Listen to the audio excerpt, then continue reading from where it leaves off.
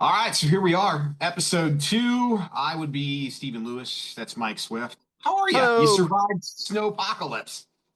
I barely survived it because it was pretty scary. I took a trip to Michigan, very unwisely. Well, this was planned. This was pre-planned before Snowmageddon 26 was developing. But my dad's 80th birthday was Monday. So my brother and sister and my mother-in-law or stepmother rather planned a surprise party for my dad. And so we went, had a great time. Video I'm going to be posting once I get that finished. But it was a good time but cut short. At one point, Yeah. someone asked, they said, are you supposed to be getting all this snow?" And I said, "Yeah, we're supposed to be getting it. What does it look like now?" And I pulled out my phone, looked at the cameras, and I could see that it was coming down pretty good. And at this point, it was like 6 o'clock, and I went, "Okay, I got to get out of here," because Ah, it was not a fun drive by any means. It was a lot of drift snow. Thank God I had the rental with some good tires on it because my car has crappy tires. But mm. I made it. Left around 6 o'clock. I got into Dayton at 11. It was a little past 11. No, you know what? Every time they forecast like massive snow, if you live, I will say when we both lived in Michigan, it was a little more, I took snow warnings a little more serious there than I Right, have in right. Ohio. Because in all my time, like in Ohio, even growing up, like we only got like one big snowfall every few years. Other than that, it's like 3, 4 inches crap. It goes away in a few days. Even the stuff we got in December was what? Maybe it lingered for like a day or so and then it was gone. Yeah, yeah. So No. when they say this stuff, it was okay. But I was like looking at all the stuff at the radio station and I'm like, we might actually get something this time around. Then I looked at like the weather map and it was like boom. And I'm like, yeah, there's no real way to avoid this. So, Hmm. and I'm like, a week out in the Midwest, okay, a lot can happen. Like 48 hours, I'm like, I don't know that a storm system can shift that much in order to completely miss us. But it was I went to the grocery store and as usual, people were idiots. Like there was nothing Hmm. left on the bread aisle and everything else. And like I got home and I'm like, okay, cool. Well, I have food for a couple of days. I don't really have to go anywhere. And so I didn't. So it was like completely snowed in, which was kind of not fun because I found myself like when I shouldn't go anywhere, I was like, man, I just want to kind of go to the store today. And like it's just, but I looked outside and I watched like my neighbor, she can't park or drive when the pavement is dry. So I watched her. She was brave and she decided she was going to go someplace. I have no idea where that someplace was, but she ended up calling somebody to brush her car out, and then ended up getting stuck and coming back without her car. Then went and got her car back, and then because she couldn't parked somehow on a snowdrift and got her car stuck again. So I had to call somebody else to come like pave everything. So now I'm like, yeah, okay. And my real reason for not leaving is completely selfish. The street's not completely plowed yet. So I'm afraid that if I leave, someone's going to take my parking spot. And I don't want Yeah. and I don't want that to happen. It's So crazy that it blows my mind that it's an Ohio thing. People do not park in their driveway in Ohio. easier to It- go if you're on the street, it's go. exactly just hop in the car and I'm off. I'm already on the road, and I have that same selfish reason. My car has not moved. Well, no, that's not a complete truth there. My car has moved. I saw a lot of people trying to drive and just not doing it well in the snow. So I was Yep. like, yeah, I don't want to be a part of that. But it's, my dog, I feel so bad for because it's super cold. And like I've taken her outside and she's miserable. And I'm like, I know, but you have to try. You have to try. And it's just like, I know she hates me and she's resenting like everything I'm doing, but I'm trying to like not break her off of her schedule, even though like now I went and bought or ordered a couple of like those grass patches that you could put inside your house. Oh Like for my. so yeah, I became that guy. But anyway, so this is what's on your mind. And I guess since you went first last week, I will go first this week. And I apologize because this is probably going to lean political, and I don't necessarily mean for it to, but it probably will. I will start by saying no matter who is in office, there are always things I like about what the right does in some cases and what the left does in some cases. I kind of always have floated between what I think is right or wrong, which might not coincide with what anybody else thinks is what's right or wrong. But I've never really said that I completely belong to one side or the other. But I think what's on my mind is the fact that I think for the first time in my adult life, I'm really afraid of what is out there and what's happening and what's going on just in my corner of the world and everybody else's too. Because I just don't like, I was out one day last week and I got lost. My GPS was telling me that I was supposed to be in one spot, but it actually led me to a different spot. I don't know if that's ever happened to your GPS or anybody else's GPS before. So I got there, and then by the time I was trying to figure out where I was going, it was completely wrong. I was in a bad part of town. I pulled into like some random rundown. I don't even know if, to be truthful, I don't even know if people still lived in it, but that's where I pulled into because there was An a apartment U-Haul complex. truck. Yeah, apartment complex. There was a U-Haul truck that was just riding my ass like the entire way that I was going. And I'm like, okay, well, let me pull in and let this guy go by. So as I'm pulling in, I wave for this guy to go by. Well, he stops his U-Haul and boxes me in. So I couldn't go, I could not back out. Like I was in the only parking space that I pulled into the first parking spot. It was the only parking spot that there was. But the way he pulled in at kind of like an angle. So my car was kind of like there's nowhere to like go to get around or whatever. And obviously I'm not gonna slam back into it. So he gets out of his car and as he's walking, I can see his hand gripped around the pistol handle of what's in his pants. And he's walking up and he's shouting obscenities and he yells at me like, "Who are you going to wave around, mother effer," and everything else. And then I'm like, and I said calmly, "Dude, like you were riding my ass. I was just letting you go by." And then he can hand on his gun the entire time, still shouting obscenities, still shouting everything else. And then he says, as he spits at me, and it landed on the car, it didn't get on me. But as he spits at me, he's like, "You're lucky I don't do anything more to you," and got in his U-Haul and drove away. At which point in time, I was sitting there and the first thought in my head was, I don't have my gun. And I like a friend of mine was like, "You probably didn't have your gun for a reason. Everything happens for a reason." I'm like, I don't know, but I didn't have my gun. The second thing that went through my head is I had my dog with me. And my first thought was, if this dude shoots me, no one's going to know. Not that there are a ton of people that care where I am to begin with, but no one's going to know where I am because I'm in a place where I'm not supposed to necessarily be. No one's going to find me. And my other thought was, if this guy shoots me, who's going to take care of my dog? Like, and that was like my whole thing. But my whole instance around that is like, you and I have both been in Detroit. I've been in bars in Detroit where the police have come in and said, "Hey, there was a shooting around the corner. We can't let you out of here yet." And that, for whatever reason, did not faze me.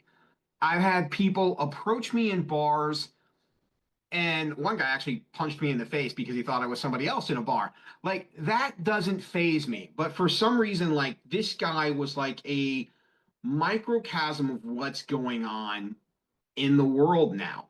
And it just scares me because I think it's only going to get worse. I think people are at like a boiling point for whatever. And I think you have extreme people on both sides of the coin, whether you're a hardcore right wing whatever or you're an extreme left whatever. I think people have reached their boiling point And I'm really scared as to what happens next and what we're going to be a part of. And I have no trust in other people anymore. And I think we've set this mentality now where we're going to operate on the F around and find out. I'm like, but that's not a good mentality to operate on. There are certain instances where that is fine, but F around and find out should not apply to every aspect of life.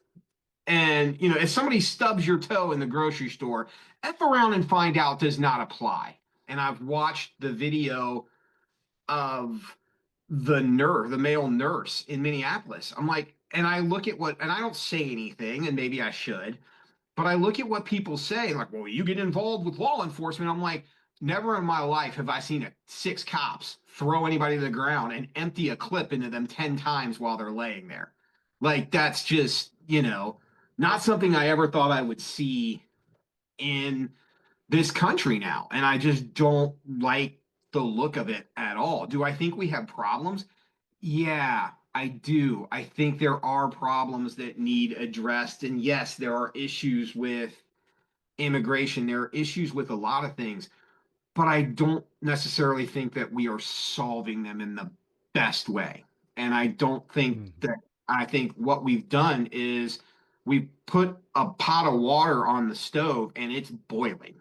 And I think everything now is just with people in general. It just makes me, I'm afraid because I don't know what happens next. And there was a time when you can mouth off to somebody, even if you were in a bar and you mouthed off to somebody, you didn't necessarily have to fear for them to have a weapon or anything else. I believe, if I remember correctly, you and I were both in a bar for a radio station event when there was a shooting on New Year's Shooting. Eve, and we all left.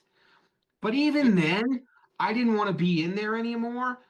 I was never afraid I was going to be the one getting shot. I was just like, ah, cool, random gunplay, let's go. Like, we're out of here. Like, it was never it was a wake up call for me last week. I'm like, dude, there's part of me that's thankful that this guy was just, I don't know what he was doing, but he got back in his car and left. But then there's the other side of me that goes, what happens if this happens again? And I come across somebody who doesn't decide they're going to get out or just get up and leave. It's just a very scary world right now. And this is not the America that I want to be in love with. The problem is there is no solution, Stephen. You're right. It's a a boiling pot of water, and I don't see a solution in sight. I don't see a resolution, rather, in sight anytime soon. It's scary. I remember a situation where, a few years ago, I was walking into a McDonald's and I apparently walked into the butt end of a verbal altercation with a customer. He was angry about something. I don't know what he was upset about, but I'm walking in as he's walking out. And he looked at me and said something along the lines of, "What the F do you think you're looking at?" or "Get out of my way." And I was wearing a Michigan shirt, and he's like, "And Michigan sucks." I'm like, "Okay, man, whatever." And that was kind of my attitude. And then I got in line, and a couple of people were like, "Oh, you better be careful. He might come back in here." And I remember at the time, as he was walking out, I remember just scanning him, and I felt no threat from him whatsoever. Wow. And I remember turning and looking at the gentleman who said that to me, and I said, "That man is not coming back in here." I said it so calmly. And it was interesting because everybody else kind of had this like, "Ooh, he really might come back in here." And he didn't. And I ordered my food and walked out, and no one else was waiting outside for me. Um, if that situation would have happened now, I can't promise I would have any of that same confidence. I can't tell you that I'm confident that I would. any of that would have went down the way it did. He very Oh well yeah. could have come back. Yeah, I don't know. Like, I am the epitome of like I have a mouth. I've always had a mouth on me, and like it's made me second guess things. I mean, there are times when I would say whatever without any kind of recourse or anything like that. And now, like, I'm not sure. Just the way the world is, especially in Ohio. I mean, there are a lot of people who live in different places. In Ohio, if you're 21 or older, you do not need a permit to open carry your gun. You can carry a gun. Anybody can. And it's very like that's kind of scary too. They'll run a Mhm. background check on you. I mean, they'll go through the proper procedures for you to buy a gun, but you can carry, where you can carry. Like it's completely acceptable. I mean, I got pulled over the other day and let by for the first time in my life pulled over by an Ohio State patrol officer, and he let me go without writing me a speeding ticket, and I was 75 and 55, and he Shut the front door.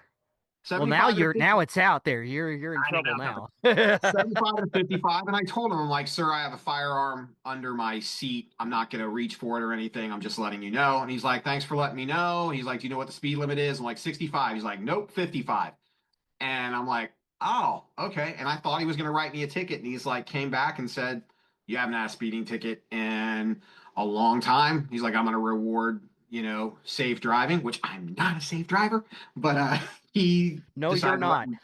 me. No need to hammer the point home, Frank. So I'm just saying the oh shit handle gets a little work every time I'm in your passenger seat. he let me off, but Sorry. it's just kind of scary. And I know there will be people that argue and go, well, if people didn't participate, if people didn't interfere with law enforcement. But I think the other problem that I think we have right now, I don't think, at least, and this is just me speaking, I have a lot of friends, and I know you do too. I have a lot of friends that are police officers. I have the Hmm. utmost respect for them because they went Hmm. through full-blown training.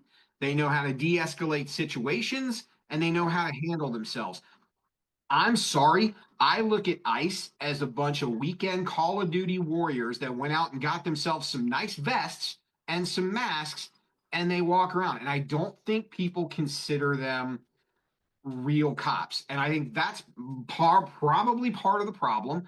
And I think the other part of the problem is the way, in most cases, they have conducted themselves. And I think you can see both videos from all different angles or whatever. Up getting like Alex just was trying to help two women get out of the street when that all happened. And it just seemed like that to me was not like any kind of law enforcement procedure. And I don't know. I'm not here to debate politics or whatever. It just scares me. What's on my mind is it just scares me that the temperature of the room across the country is far too high. And I don't think the F around and find out mentality is going to lead to good things. And I'll just leave it at that, I suppose. It was cute at first, the whole F around and find out. Yeah,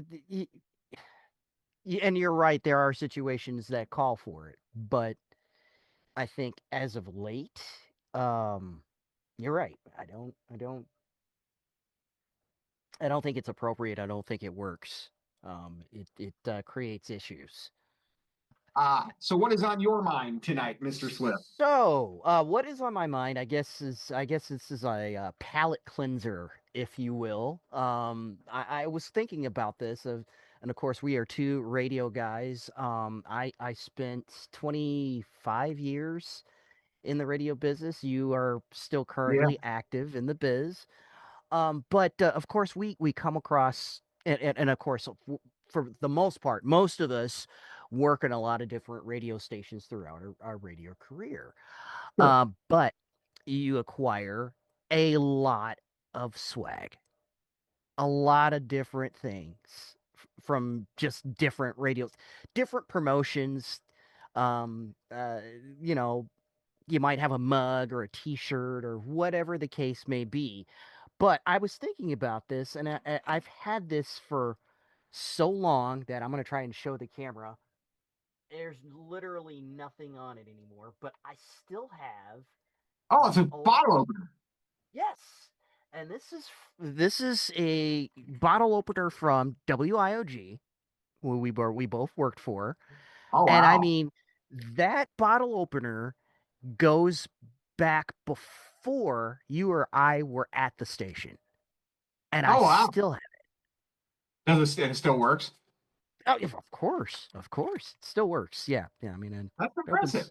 opens my beverages whenever I need it. That's, But that's so I impressive. guess so I guess what's on your mind is what is something that you still have from like your old radio days that you can remember that you have or something that just brings a great memory from your early radio days. I still have, we did a Star Wars promotion. I can't remember. It was for one of the prequels. I believe it was for Attack of the Clones, maybe. Hmm. And I have an R2D2 cooler because of I it. remember the R2D2 cooler. Yeah, I have Yeah. an R2.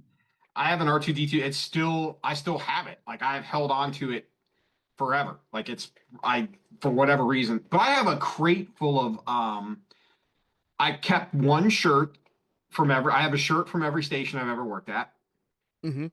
And I have like, which I'll never wear again. I used to have more, and then I decided, I'm like, why do I need 35 shirts from a radio station that I'm never going to work at again? So somebody at the Goodwill is clothed in those, but I have one shirt from everywhere that I've worked at some point in time. But my R2T2 cooler is my favorite thing because there was only one, and I ended up with it somehow. So, Somehow. and I also have, is it this one? This is not the one that I built in, um, not the At one I Disney, I'd built, be pissed. but I remember when Revenge of the Sith came out, Man at Large and we did a promotion, and our general manager Scott allowed us to go. These were like $150 at the time, and he allowed us to go out and buy them. And him and I went, I forget what store it was. It might have been Best Buy when they sold them, but he went and got the red one and I got the Luke Skywalker green one. And that's where, yeah, I had those. So, like, yeah, Of course, Large got the red. took the red. He took the red and I took the green. And yeah, it was for Revenge of the Sith. I believe it was Revenge of the Sith, episode 3, if you're a Star Wars I nerd like remember me. that. Yeah. Yeah, I do remember that promotion. I do remember, of course, because I was most likely the board op. And I think it was one of those things where you're like, Scott, it would be so cool if Large and I could go spend $300 to get lightsabers. Like, we're not going to give them away. I mean, we're going to keep them, but it would be so cool if we could go get really expensive lightsabers to have as props. And I think it was more of a like, whatever it takes to get you out of my office. Here you go. Go right ahead. I'm gonna pay you $300 to leave. This isn't so much as it is you to leave. Oh, but yeah, I remember. And I It's remember Large. He was we like, he really said yes. He did. Let's go get our lightsabers. nice. But we were good at coming up with some kind of gimmick or angle or just something a little something extra to add entertainment value. Whether it dress up as Stone Cold and God, who were you? That was a rock. You were of course. Yeah, I don't know why I wouldn't have. Yeah, It was what was awesome. I thinking? Yes, Stone Cold and The Rock, or I took a dressing up. stunner. I took a stunner on stage. Now, again, I missed that because I was the board op back at the radio station running everything. But yeah, I heard all about that one. Uh, but there was the time that for the winter concert that we took the time to dress me up like Cisco Cisco. Oh, when the thong song was popular. it was all one of my Um, favorite things. that was crazy because we literally studied, first of all, we studied his tattoos and tattooed my body with a Sharpie. Now, mind you, mind you, the stage was a good distance away from the first seat. So, because there was an orchestra pit in front of the seats. So we figured the tattoos, it as long as we got them basic and they were that you could see, that would just sell. The neck tattoo, I think you for like an hour Freehand spent on your neck. the free the free hand the Dragon. tattoo that he had on the neck um, but my entire body was outfitted to similar tattoos that Cisco had. We borrowed uh cheerleaders from the Saginaw Valley State University dance team for choreography. We really put an effort into this thing. And I remember my thought as I ran out onto that stage was, holy shit, I'm doing this. And then when I saw the wave of girls that jumped up from their seats and proceeded to run towards the stage, I'm thinking, holy shit, I'm going to die. I loved it because one, that was my first full-time radio gig.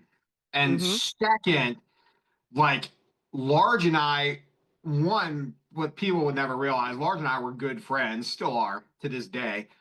But we always had this like one-uppage when it came to Yes. like our intros and whatever. We always had a, Yes, all you right, did. you're You gonna had a do this, I'm competition. gonna do this, I'm gonna do Yep. this, and I'm gonna do this.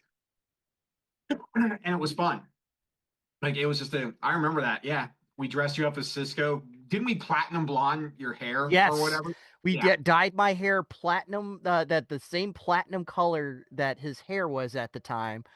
We found the gaudiest shades we could find. Played the thong song, and I remember the intro started, and you just the screams, and I walked out, and I mean this outfit, it was something that we thought, hey, this is Cisco-ish, um, but we were doing the choreography, me and the cheerleaders. And then we got about a quarter way through the song, and I think it was either you or Large that walked out. Hey, wait a minute, you're not Cisco. And the amount of disappointment in the room. I don't know if we did one where we had I had an intern that looked Crystal that looked like Ashley Simpson. And we had her come out on stage once and start doing pieces of me, and then we had the song skip, like the lip sync track skip. She went out and started and went back in, but people thought it was Ashley Simpson, which was You absolutely know, hilarious. it's probably a good thing with some of these gimmicks that we threw out there that social media wasn't a thing, just Oh, for for the sure. sake of the shitstorm that we probably could have potentially started. And the funny thing is like if you go back to like the when McConnell and I did when Large and I did Stone Cold and The Rock, he went through, we each did like a big like spiel, like a big like wrestling style spiel, and Large ended with because Stone Cold says so.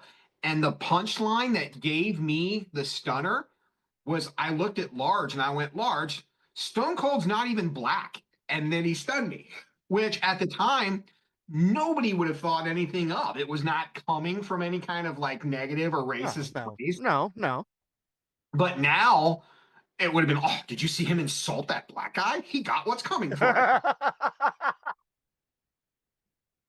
I don't know if it'd be quite like that, No, but it would, because in today's America, people would have been like, well, he just went and insulted a black guy. He should have got that. And then everybody else on the other side would have been like, well, he's right. Stone Cold's not black. Like, okay, okay, maybe this guy's you might have overreacting something because on this guy told the truth. Like, it's just kind of, that. What? Yeah, but yeah, okay. you can't do that. You can't do that anymore. That's funny. I forgot all about that. I forgot about dressing you up as Cisco. That was hilarious. It seems that dressing me up for my own humiliation was a thing for you. Remember the time that you dressed Dopey and I up before That's yes, Halloween? that's It was just a week before Halloween. Now, first of all, how you harangued us into this was the idea was, oh, I've got this idea for you guys. I'm going to send you guys out trick or treating a week early. You know what, Steven, that sounds kind of cool. Let's do this. So we plan all around it. We now, mind you, Dopey and I are talking about our costumes right in front of you, and you're like, "Oh yeah, that sounds like a great costume." did The you have day like of. did you have some kind of horrendous wig? That was- I know I can still remember exactly what you guys look like. I cannot unsee this. That's Like it's a memory I've attempted to repress, along with the sentence that would come out of your mouth that came out of your mouth that day. Inspiration struck me like a like a thunderbolt. thunderbolt. Swifty Dopey, I had this awesome idea. I know you guys came up with your own costumes, but I had this costume idea for you that I think is going to win them over. Win who over? Just trust me. They'll love it. That got me in trouble once because on my morning show, uh, our stunt guy Spoon, who was awesome, Hmm. Ryan being his real name, we did the same thing. I'm like, dude, I'm like, if you want candy, the problem is you're going out trick or treating when all the kids go out, so they're stealing all your candy. So what you need to do is instead of trick or treating at 7 o'clock at night, we send you out at 7 o'clock in the morning. And I'm like, all Oh, right. oh, So we sent him out at 7 in the morning. Now, in my defense, I did not see his costume. I did not have any inclination about what his costume was going to be. And I'm oh, like, that's right. so the first time he calls in, I'm like, hey, what'd you decide to wear? He's like, I'm going as a happy ghost. And I'm like, well, that sounds great. And I still didn't think anything of it until he was knocking on doors and people thought that there was a Klansman like in the neighborhood because he was walking around with a white sheet on at 7 o'clock in the morning. And it did not land the way I thought it would. People were so mad, like calling it screaming and everything. And he called the check back in, like, dude, you're good. Halloween's canceled. Just go home. Because I was afraid. Like, normally, if we were putting in harm's way, like we Right. were intentionally putting in harm's way and we had planned on ways that he wasn't really going to be harmed. In this case, I didn't know what he was wearing. So, like, the F around and find out theory might have come a few years early because I wasn't sure.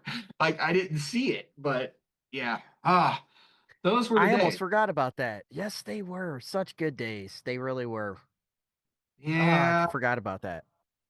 I would I would seriously consider slicing off a limb to wake up and be able to do it all again. I don't know if I'd slice off a limb, but I'm gonna wish really, really hard and hope one day that I wake up back in those days because I truly miss them. Is we had creative, um gosh, what's the phrase License? I'm trying to think of? Creative What? license? Creative license? Well, no, we just had creative freedom. We had creative freedom. We could do stuff, like sending people out trick or treating a week early. And that was okay. The entertainment was expected around things like that. We Dopey and I, Dale, we the three of us had a great time coming up with stupid bits and things to do, um just to create a theater of the mind for the listener, and I enjoyed doing that. That was fun. Yeah. And radio's just not that anymore, and unfortunately I'm turning this back to a radio bashing, and I don't want to. That's not where I want to go with this. I But understand. But I I get what you're miss those saying. days. It was people didn't take things quite as seriously as they did now. And you could just, it was easier to have fun and move on. And Yeah. it was just, and again, everything I ever did, whether I was being an a-hole or not, whenever I cracked a microphone and I went into a studio, I had one goal. If I can make one person laugh and forget about whatever is bogging down their life for a while, then I felt good about what I did. And that was it. Like that's all it was. If you called Hmm. me, I didn't care if I pissed you off. I didn't care, as many times as you said you would never listen again. We both know that was BS. But I just wanted to make people laugh and I wanted people to have fun. And I wanted to be like their gateway away from what their normal life was. And now I sit here begging for a gateway for myself. But No, funny I how that get it. was. Now I I get it. understand. The But microphone's a powerful tool. It can you can move people in so many different directions and into so many different feelings. sure.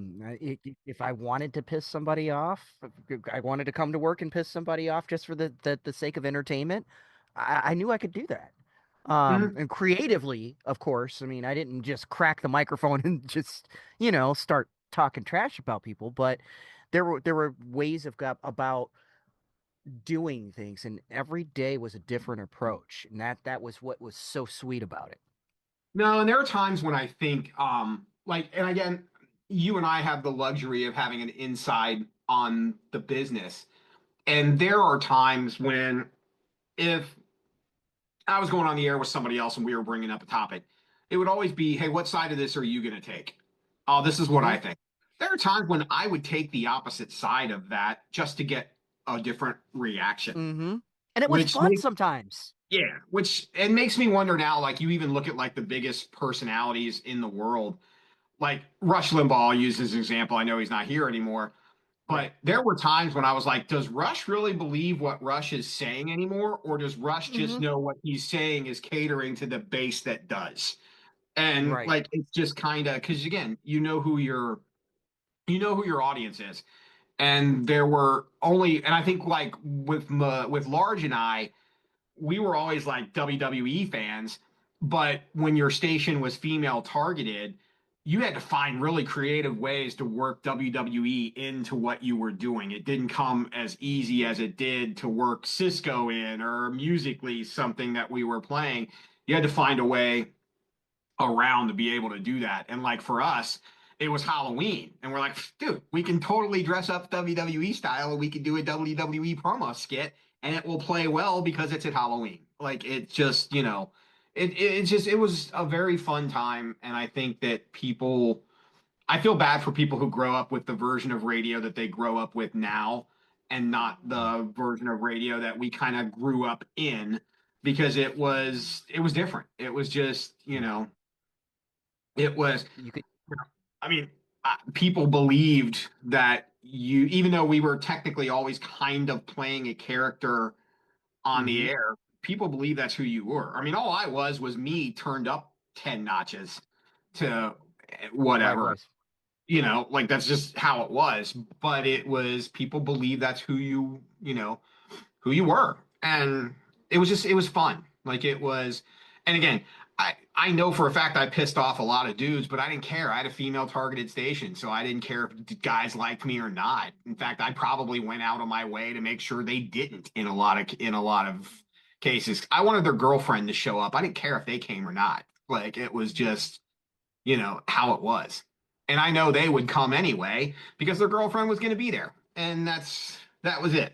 And it was certainly a different time and certainly the fear wasn't there and I just never felt like anybody took things as seriously as they do now. Like it just felt like it was a more lighthearted world for lack of a better term. Hmm. So, anyway, Definitely. good trip through memory lane. I like the bottle opener. I don't have a bottle opener. I You know, don't I and I it's one of those crazy things that where Has anybody got a bottle opener? Hey, I do. I still have a I have a bottle opener that's like it's like a big like professional bartender bottle opener that I Okay. stole from a bar that I was underage with my fake ID that I was in. I was like, that's kind of badass. I want one of those for home. So I stole it from the bar. But, It's you know, I don't, so simple.